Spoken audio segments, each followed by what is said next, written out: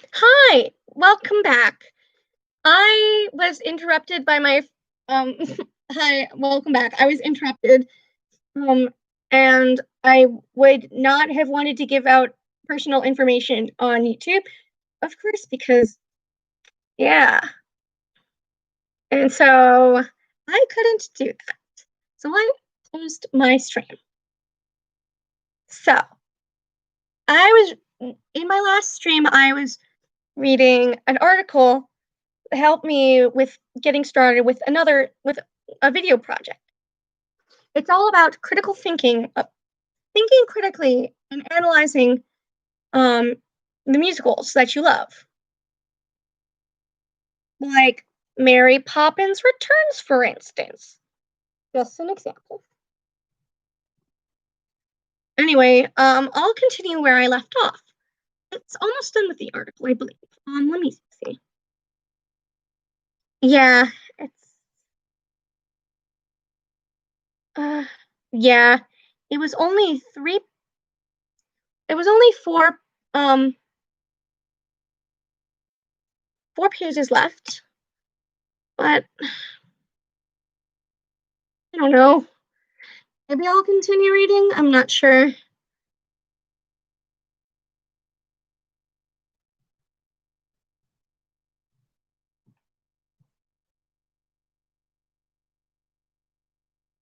Let me try to find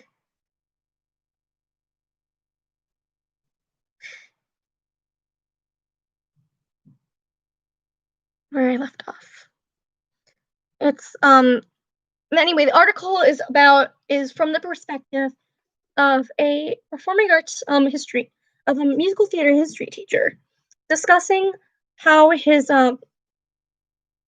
experiences with Rent are similar with the musical, are similar with to our experiences of Hamilton, in which um both of us both of our generations, we just loved the thing as much as we loved it, and we didn't or haven't thought critically about the things that we love, because we're caught in our own bubble of reinforcement of the same ideas. And so that's what this is about. This is what it's about. It's very important to think critically about the things that we love. And so here I'm gonna continue reading the next paragraph. For the second class session, I assigned a series of recently published scholarly articles and book chapters on Hamilton. In these articles, theater scholars and historians have begun to reevaluate some of the aspects of Hamilton which were initially praised as innovative. These academics have written that despite being fans of the musical, they are sometimes troubled by the production's color-conscious casting choices, as well as elements of the musical's plot and character development.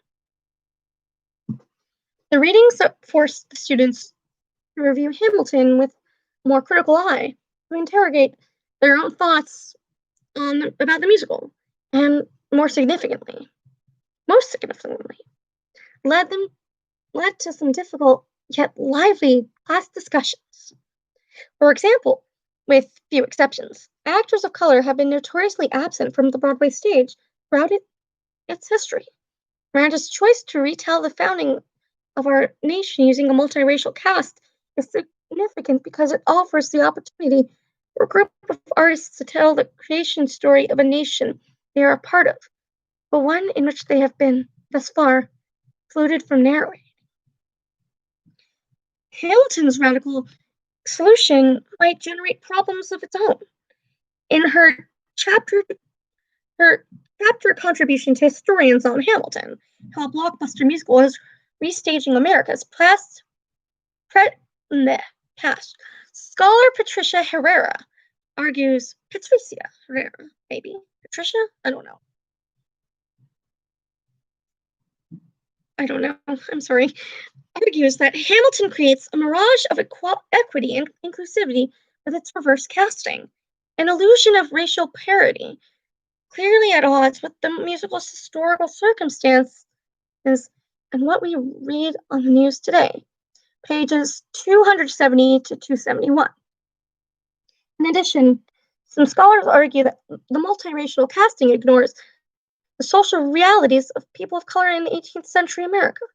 In race conscious casting and the erasure of the Black past in Lin Manuel Miranda's Hamilton, historian Lyra D. Monteiro points out the irony.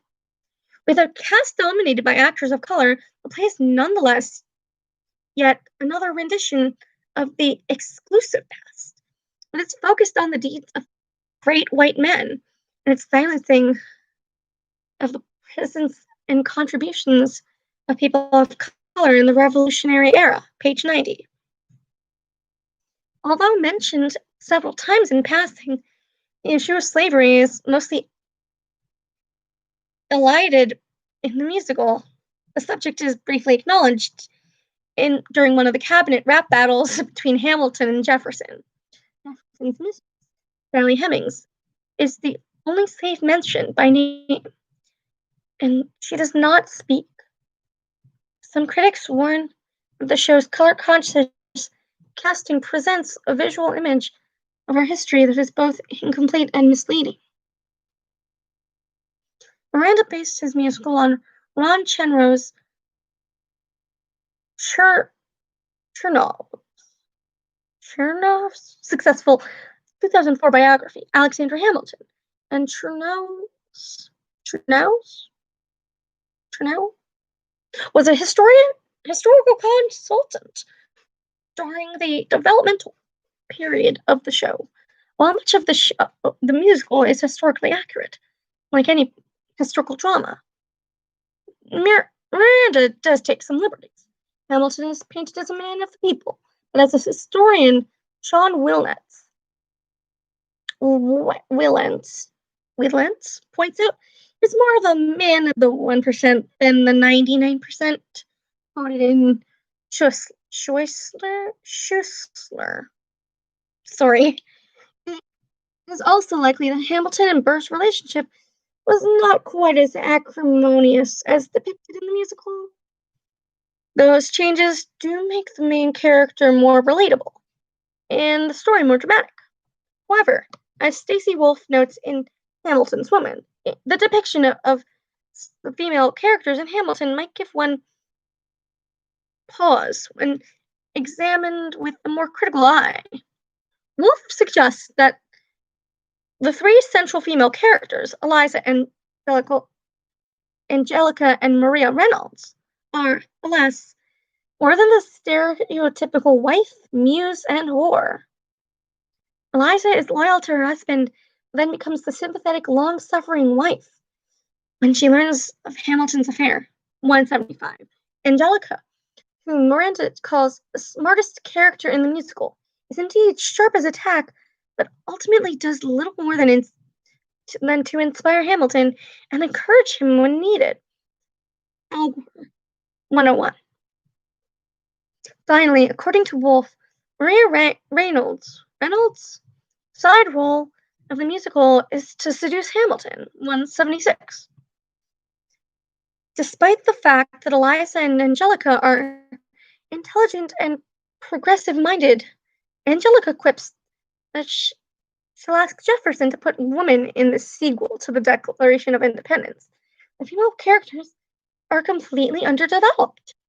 Well, one may forgive Miranda for this use of literary license when it comes to the character of Hamilton.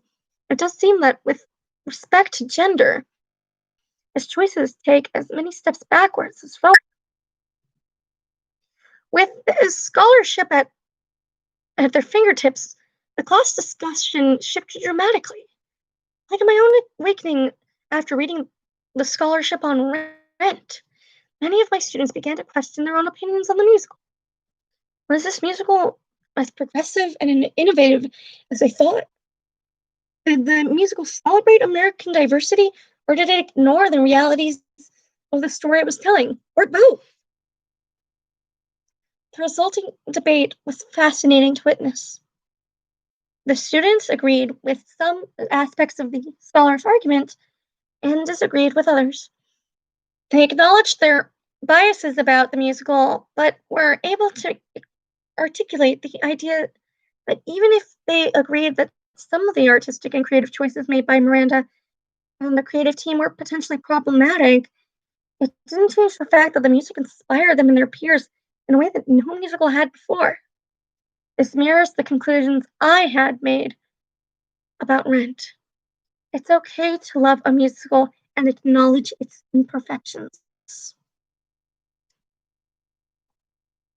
Classroom application. This is a new part. So, I'm going to stop that there because it's all about classroom applications and that doesn't really apply to me. So, I'm going to end here and figure something out with my microphone because I'm not sure if it's actually working. So, peace out, Sailor Scouts. It was nice to see you.